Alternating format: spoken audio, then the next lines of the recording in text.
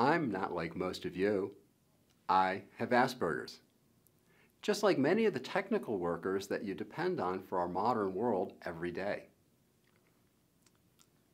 Now, Asperger's isn't all bad. It has some good things. It makes us phenomenal programmers, engineers, scientists, and logical thinkers. But it does bring some challenges, particularly in communication, relationships, and emotions. Let me take you on a little journey into my Asperger's mind and tell you about a little bit of a scenario I had this past weekend.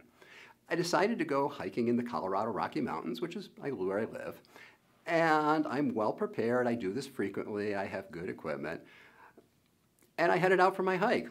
Well, 18 hours later at 3:30 in the morning, when 3 search and rescue workers finally caught up to me on their snowshoes and helped escort me back to the parking lot, we got out of there. So during this whole 18 hours, I personally really was never panicked and didn't have any emotional responses to it. I just looked at it as a bunch of logistical problems. Did I have the right gear in my pack? Did I have enough clothing to cover the conditions that I expected? Did I have light? Did I have water? Did I have food? And the answer in all those things were yes. So it was just simple decision, and no emotion involved.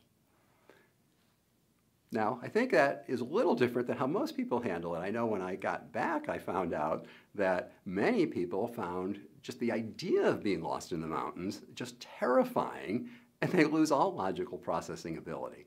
So I think you can see kind of the vast difference between how I think about it and how frequently others people think about it. So what is Asperger's? Asperger's is considered to be a developmental syndrome that they believe is caused by the way our brains are shaped and wired. And the way you're primarily going to notice it is through poor social interaction, communication issues, emotional challenges, and particularly issues with no filter and no processing of emotion. So why should you care?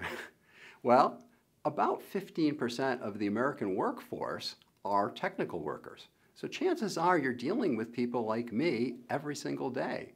And we may even be in your family or your boss. And probably you're having bad interactions with us. So what can we do about this? Well, the first thing is you need to learn how to recognize when you are dealing with Asperger's, because you have to handle it differently than when you're dealing with a person that doesn't. Secondly, you need to totally forget what normal is. Think of us like Spock, and we're aliens, and our normal does not match your normal at all. So just forget normal. Then, the last thing is, don't add emotion where we didn't put emotion. We may say something, take the words.